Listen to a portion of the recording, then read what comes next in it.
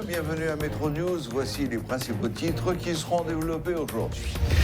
Les nouvelles dispositions concernant les prix de l'essence suscitent des réactions au sein du secteur des transports en commun. Tandis que certains nuancent leur position, d'autres rejettent catégoriquement les nouveaux prix. Arrestation de plusieurs Italiens pour trafic de drogue par la police haïtienne à l'aéroport international Toussaint-Louverture. Une enquête est diligentée en ce sens. Plusieurs personnalités sont honorées par l'Office de la protection du citoyen en prélude à la Journée internationale des droits de l'homme.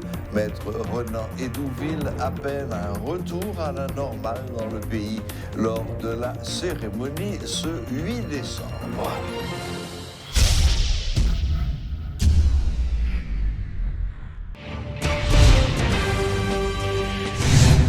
L'ajustement des prix de l'essence à partir de ce vendredi commence à susciter la grogne des chauffeurs de tap-tap et de taxi.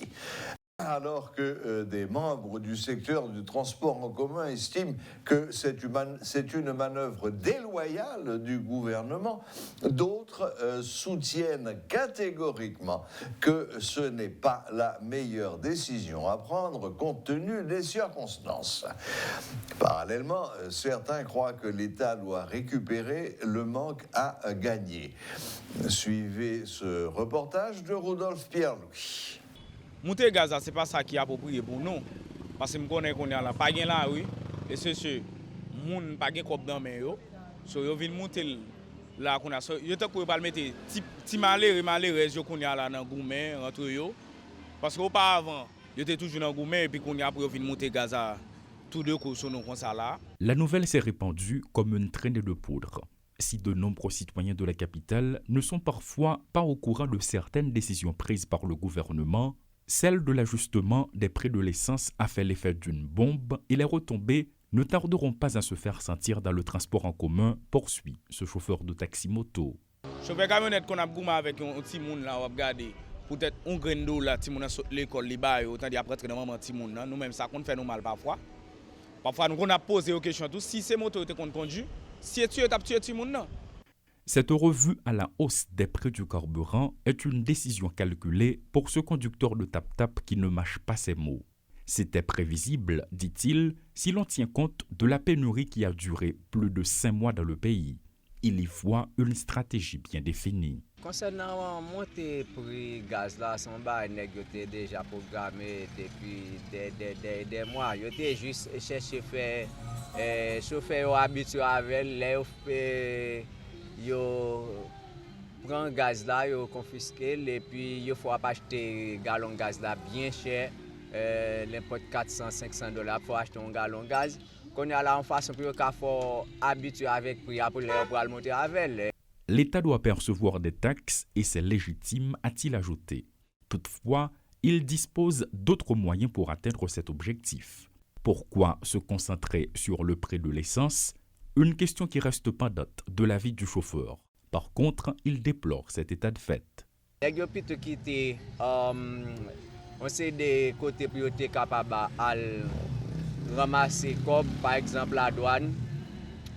Et c'est là pour négocier quand on prend pour capable de financer ou payer budget par l'État pour que les quitte côté ça nèg pa yo k'ap fait ndadi k'ap ramasser comme ça yo et puis qu'on a même ces sous peuple là. Autant de fois qu'il y a une pénurie ou que les prix augmentent, des citoyens n'auront d'autre choix que de se convertir en piétons et cela représente un manque à gagner, dénonce ce chauffeur de tap-tap. À l'approche des fêtes de fin d'année, cette disposition est loin de faire l'unanimité dans l'opinion publique, explique-t-il. Mais que nous choisissons de monter gaz, bon, c'est une façon à faire pour qu'on finisse avec nous, nous-mêmes aller dans l'arrière, parce que pour nous, la plus mal. Hein? Parce que nous-mêmes, nous prenons l'arrière, c'est dans l'arrière pour nous faire 50 gouttes pour nous capables de joindre, pour nous manger, pour nous faire toute bagarre là-dedans. Que avec parents, tout cap mener petit monde à l'école, il n'y a pas de moyen pour payer en moto. Pour y aller, que petit monde s'arrête à l'école, ou bien pour aller à l'école, son moto pour le tapon, pour aller à côté pour aller. Mais une fois qu'il n'y a pas de moyen payer moto, alors obligé tout ça, pas obligé de perdre 10 jours l'école là. Sauf Et surtout ça qui pire mal, ouais, les nègres comme ça, mais c'est pas rien nègre pour le faire avec. C'est juste financer gang et acheter belle caille et gaspiller comme à l'étranger, serrer, voler l'argent puis aller à l'étranger. C'est pas un sérieux nègre pour le faire avec. Des chauffeurs de tap-tap et de taxi-moto ne voient pas du même œil que les membres du gouvernement, selon leurs témoignages, l'ajustement des prix de l'essence. Le sujet fait débat dans la capitale et certains disent craindre une situation de panique dans les prochains jours. Quand le président de la République, Jovenel Moïse, avait pris cette décision, se rappelle-t-on, c'était la tension partout sur le territoire national. Et voilà que maintenant, cette annonce prendra effet à partir de ce vendredi. Il y en a qui se demandent si le message est bien compris. Guy Trichoisi et Rudolf Pierre-Louis pour Télémétropole.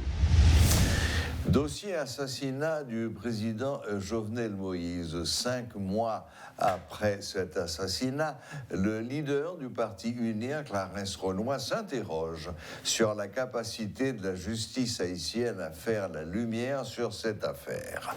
Invité ce mercredi à la rubrique Le Point, il a dénoncé des obstructions politiques au sein de l'enquête et estimé que le Premier ministre Ariel Henry devrait se mettre à la disposition de la justice, comme le font beaucoup de dirigeants à travers le monde. Là, j'ai des doutes sur le président Jovenel Moïse qui a été assassiné, pour me demander est-ce qu'il y aura justice effectivement.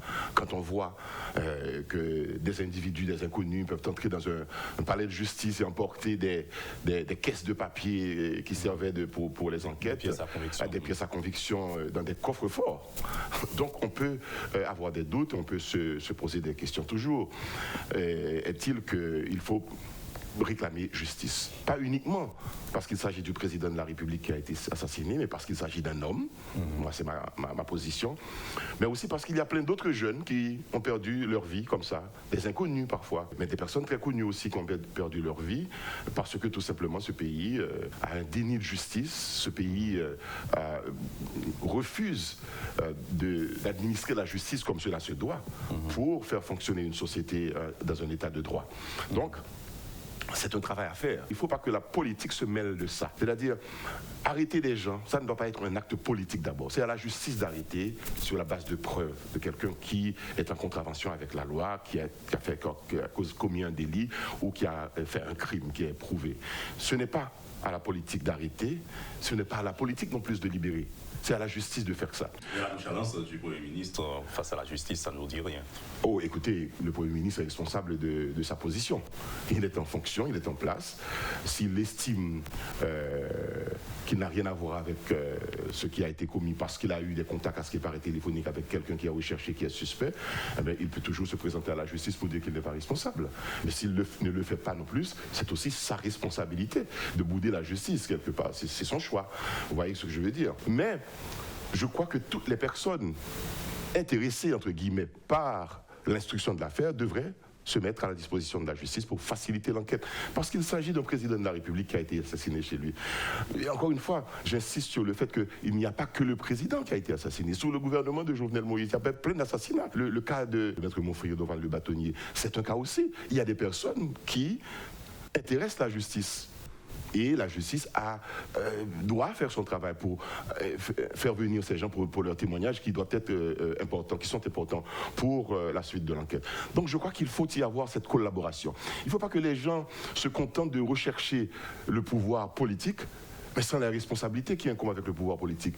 La responsabilité qui incombe, c'est que les gens qui sont au pouvoir doivent donner l'exemple de la soumission, je dirais, à la justice. Écoutez, nous avons plein d'exemples dans le monde où les anciens chefs d'État sont jugés et parfois condamnés par la justice. Clarence Renoy critique la bataille stérile pour le pouvoir qui se déroule actuellement dans le pays. L'homme politique déplore que la mise sur pied de l'actuel gouvernement s'apparente à un nouveau partage de gâteaux. Par ailleurs, il juge la mise en œuvre de l'accord de Montana trop lente, alors que le pays a besoin d'être gouverné. Suivons les explications de Clarence Renoy du parti UNIR. Mais je regarde ça et j'analyse, mais qu'est-ce qu'ils veulent faire de ce pays? Et je ne vois pas de vision dans tout ça.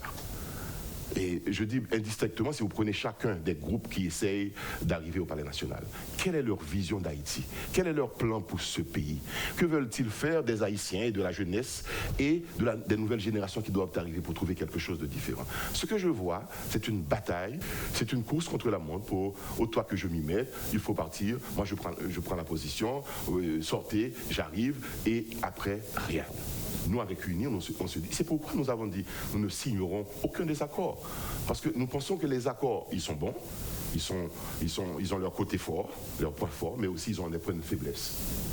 Mais ce qui devrait rallier tous les accords, c'est Haïti. Quel est le plan idéal pour Haïti dans les années à venir, dans les mois à venir, pour que nous ayons un pays stable, où on peut démarrer un processus de développement économique durable pour ce pays. On peut surtout chercher à réconcilier les Haïtiens, parce que nous sommes dans une situation aujourd'hui où les groupes se battent entre eux pour la prise du pouvoir. C'est ce que je vois. Moi, ce que je suggère, c'est que nous puissions nous asseoir pour voir les différents accords. Au lieu d'aller rechercher l'influence de l'étranger, chacun cherche à attirer le drap de son côté pour voir qui l'étranger va soutenir le plus ou le moins. Donc, moi, je crois que nous devrions faire un effort interhaïtien pour nous asseoir, pour voir les faiblesses et les points forts des accords et nous mettre ensemble pour trouver une synthèse des accords, une fusion des accords, un accord des accords pour que nous puissions avancer ensemble. Car il s'agit d'Haïti, il ne s'agit pas de s'accaparer du pouvoir. Nous ne pouvons pas aller de conflit en conflit. Renverser un groupe pour mettre un autre à sa place, prendre la place d'un autre groupe, ça ne finira jamais. Alix Richard, juriste, professeur d'université et ancien conseiller spécial du Premier ministre Dr Ariel Henry, a été investi mardi après-midi au Palais national dans les fonctions de secrétaire général du Conseil des ministres. La cérémonie d'investiture était présidée par le secrétaire général de la présidence, le Dr Josué Pierre-Louis. 3 ressortissants italiens ont été interpellés le mardi 7 décembre par les agents de la brigade de lutte contre le trafic des stupéfiants, BLTS, à l'aéroport international Toussaint-Louverture, a fait savoir la police nationale d'Haïti via son compte Twitter. Ces individus, répondant au nom de Kenneth Madukanze, Peter Idi Bagen et Banjugu Bagayogo avaient ingéré des capsules contenant de la drogue d'après les résultats d'une radiographie, a indiqué la PNH, affirmant qu'une enquête est déjà en cours concernant cette affaire. L'Office de la protection du citoyen a honoré ce 8 décembre plusieurs personnalités médiatiques et universitaires en marge de la remise des prix de la 5e édition du concours de textes et de reportages sur les droits humains. L'occasion pour l'officier d'attirer l'attention des acteurs étatiques et non étatiques sur la détérioration de la situation sécuritaire dans le pays. Maître Renan Hélouville appelle les autorités à faire revenir le calme dans le pays en cette période de fête de fin d'année. Suivez un extrait des propos de circonstance du protecteur du citoyen, Maître Renan Hélouville. Aujourd'hui en Haïti, viol, corruption, menaces de toutes sortes, atteinte à la dignité humaine, intolérance, mauvaise gouvernance, enlèvement, ou bien nous sommes capables de dire dans le langage qui pique là, kidnapping, même s'il plus semble un mot anglais, ce sont entre autres les mots qui rongent la société haïtienne et qui constituent à bien des égards des défis en matière de droits de l'homme. En prélude à la Journée internationale des droits de l'homme et en cette occasion de remise des prix aux lauréats de la 5e édition du concours de l'OPC, nous voulons rappeler qu'il est de la responsabilité de l'État de garantir la sécurité de tous les citoyens, de toutes les citoyennes et de protéger les vies et les biens. L'État haïtien, comme bien d'autres, a accepté de signer le 10 décembre 1948 la Déclaration universelle des droits de l'homme que le monde s'apprête à commémorer. On ne dira pas célébrer, parce que le bilan en termes de respect de la Déclaration universelle des droits de l'homme est on ne peut plus négatif. Face à la montée inacceptable du phénomène de kidnapping, les autorités étatiques doivent décréter l'état d'urgence face à ce fléau qui est une forme de pandémie 1000 fois plus dangereuse que le Covid-19. Il faut que toute société a campé tant qu'un seul homme. Il faut que nous fassions différence entre le délinquant de chaque jour et les kidnappeurs qui sont un criminel sans foi ni loi. Il faut que la justice suspende dormir tout. Il faut que nous décrétions état d'urgence contre le kidnapping, car le kidnapping entrave l'épanouissement, la jouissance ou l'exercice des droits humains en Haïti. On attend donc ce cadeau de la part des autorités. On attend ce cadeau de la part de la police. On attend ce cadeau de la part de la justice, qui ont pour devoir de respecter, de protéger et de mettre en œuvre les droits humains, tous les droits humains, y compris le droit à la sécurité, le droit à la sûreté, le droit de circuler librement dans son pays, en Haïti. Lancement ce mercredi de la 15e édition d'Artisanat en Fête qui se tiendra les 11 et 12 décembre à La Boule 12. Des artisans venus de toutes les régions du pays exposeront leurs plus belles œuvres. Cette année, un coup de projecteur particulier sera donné à l'œuvre de 2 maîtres artisans qui nous ont quittés l'année dernière. Suivez les explications de Franz Duval, coordonnateur de la foire. Cette année, Artisanat en Fête aura lieu les 11 et 12 décembre à Taraz comme l'année dernière. Et on espère que le public, que la presse, que les acheteurs vont faire le déplacement pour venir rencontrer les nouvelles créations des artisans. Chaque année, les artisans se réunissent et chaque année, les artisans produisent de nouvelles œuvres, même s'ils restent dans leur champ de création. Artisan qu'on fait sandales, continue à faire sandales, ça qu'on fait découper, continue à faire découper, ça qu'on fait rad, continue à faire rad, ça qu'on fait bijoux, continue à faire bijoux, ça qu'on fait meubles, continue à faire meubles. Mais chaque année, artisan, on leur touche, on leur couleur, on leur design, on leur envie qui pour faire acheter œuvres que vous produisez. Je rappelle pour Artisanat en Fête, l'entrée est à 500 goudes. Artisanat en Fête, comme d'habitude, va donner des coupons pour les gens qui payent 500 goudes là. Mais moun qui bon 400-500 gouttes là, pas 4 VIP à vendre devant porte là, ou bien que vous faites cadeau, mais moun qui achète bon 4 là, il y a des coupons pour qu'il y ait un rabais, soit à chaque offre fait dans l'artisanat en fête, et boissons, gazeuses, tout qu'on offre et tout, leur entrer dans l'artisanat en fête. C'est principe là depuis toujours. Deuxième principe dans l'artisanat en fête, si moun pas payé, si moun jusqu'à 12 ans, entrer gratis dans l'artisanat en fête, et année ça encore, grand pile l'école formation professionnelle, université que invité gratis dans l'artisanat en fait. Malheureusement, l'école Carrefour, invitation n'a pas réussi à joindre année ça. C'est parti remise, n'espérons qu'il n'y a pas avec nous l'année prochaine. Année ça, artisanat en fait après un hommage à 2 artisans qui disparaissent malheureusement pendant 12 mois qui sont passés.